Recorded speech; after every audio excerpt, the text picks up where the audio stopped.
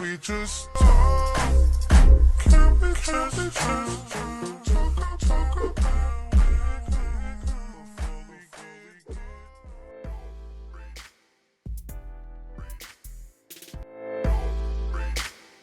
What's going on, everybody? Thank you for tuning in. It's your girl Nesha here, back in the cut once again. Let's go ahead and discuss these highlights from Love and Hip Hop Hollywood. So Yo-Yo is securing the VH1 checks, honey. When I tell you, she was on Basketball Wives last week and she was mentoring Tammy and Tammy's daughter Jazz. And now she's on Love and Hip Hop Hollywood doing the same thing, okay? And I think that's a little business that she has where she works on up-and-coming talents and she kind of molds them into rappers or whatever that they have desires of doing with their careers, okay? Girl, go ahead, rack them coins up, get your bag. So Green Apple, she gives us an update. She tells us that her oldest son has moved with a family member. Stuff started getting out of control for him, and then he's staying in the hood with her, and he's a teenager. So, you know, we need to keep our hands tight on them. Keep a tight rein on them children these days, okay? But she still got her two youngest ones, and they're back in the hood. Now, I was like, why are you back in the hood? Didn't homegirl move you out of the hood last season? Well, she says that she's no longer under management of that lady. I cannot remember her name to save my life. Comment that down below and remind your girl, okay? So she's back in the hood because that didn't work out for her. Not only that, the dude that was supposed to be her father that was walking around here saying that he loved her, come to find out, dude ain't even her father. He's some weirdo that says that she needed a daddy, so he decided to be the daddy she didn't have. And I was like, what in the hell is really going on? Okay, so anyway, Yo-Yo is going to be mentoring Green Apple because she says that she has a lot of potential. I believe they're both from Compton. And she just sees so much in Green Apple. So much more than what Green Apple sees. Because Green is over here acting a whole mess. And so she's going to help a sister out, okay? It's really good to have people like that in your life. Those that believe more in you than you do of yourself. Simply because they're going to continue to push you to be your greater you. You know what I mean? So kudos to Yo-Yo being that big sister that Apple needs in this time in her life. Apple don't have many friends. She said they don't last too long because she just too real for her friends and her family. Okay, Apple, don't let that be the reason you walking around here miserable and can't get you a good contract and can't secure no good management. Yo-Yo is going to be partnering with someone in aviation or whatever. And she has this space that she's going to be using when it comes to, you know, teaching the kids, you know, dance moves and stuff like that, swag, I guess is what she do. I don't know. Well, anyway, Summer Bunny comes over. And she's with Mr. Ray. And so Mr. Ray introduces her to Yo-Yo. And he introduces her because he wants to build her. You know what I mean? She wants to be a rapper. She's an aspiring rapper. And even though she has all this other stuff that then happened in her life as far as her being exposed for being a mistress to Cardi B's husband Offset and her messing with everybody else's husband, you know what I mean? We don't want that to be the reason people don't support her, you know? So we need somebody to help us with some swag, to help us with how to mold her into this great artist that we're trying to make her be, okay? Well, Green Apple notices her because Lear is her best friend or good friends or whatever.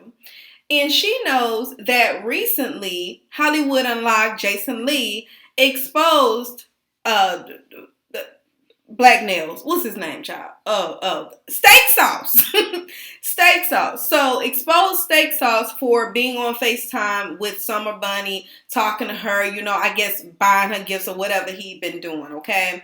And so Green Apple recognizes this female and she starts saying some little fresh fly stuff. And I wasn't catching it at first because I know that Green Apple is very, very hoard, right? And so when she was, you know, saying her little comments like, yeah, you know, watch yourself and stuff like that, I'm thinking, oh, you know, okay, this is just how you greeting her. Like, I know you, I see you type situation. But no.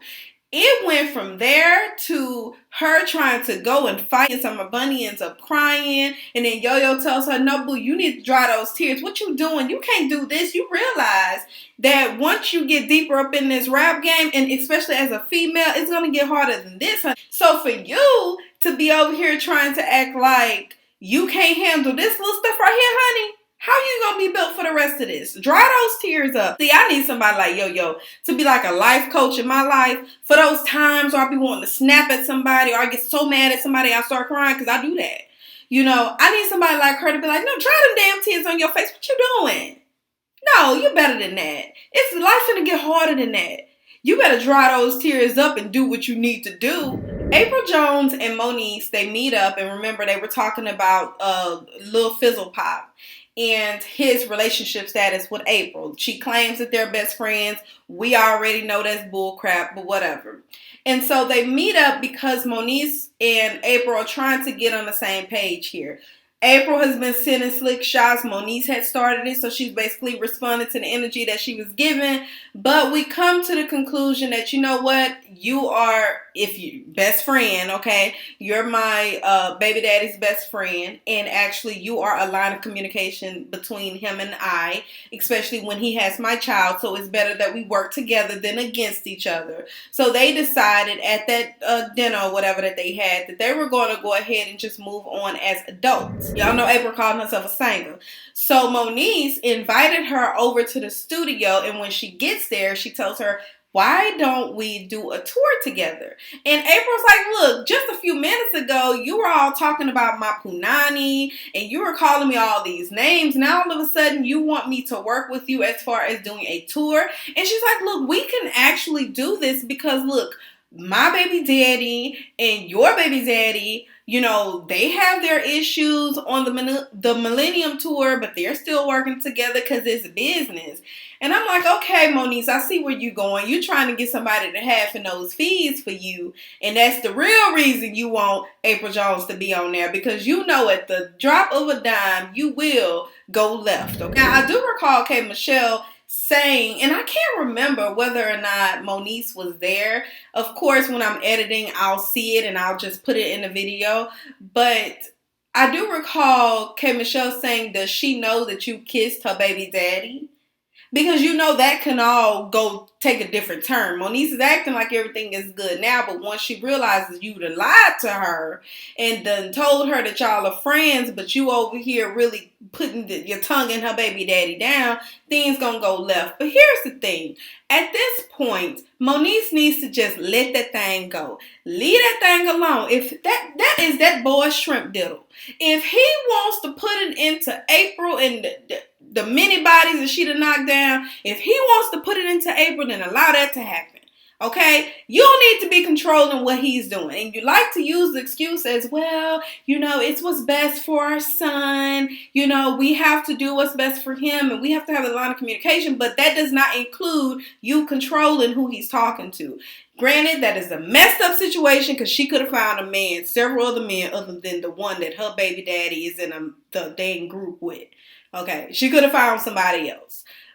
One of the many niggas that she had named. Remember when she did that live when she was talking about how this one wants her, that one wants her, that one wants her? Why the hell did you settle for Lil Fizzle Pop? Now, Moniece's whole purpose here is because she feels like she can use Apryl Jones to get information out of her regarding her baby daddy. Again, why the hell do you even care about that? So, China and Brittany. Now, remember, Brittany is the one that she does something in music, and so China is now going to be her new project, and China is working on her singing career. I don't know whether she's going to be rapping, singing, dancing, hip-de-doo-dopping. I don't know what the hell China plan on doing because we ain't heard none of her music. She meets up with her in the studio, and then Brittany tells her, look, this is going to be your life. You're going to laugh here. You're going to cry here. You're going to spend most of your time here. You're going to get, you know, all in your feelings here because you're going to be writing. You're going to be, you know, vibing to these different music and stuff like that. So get used to this environment because China was a little bit nervous. They get on a deeper level, start talking about family. She talks about her mom. Tokyo's always the topic of discussion.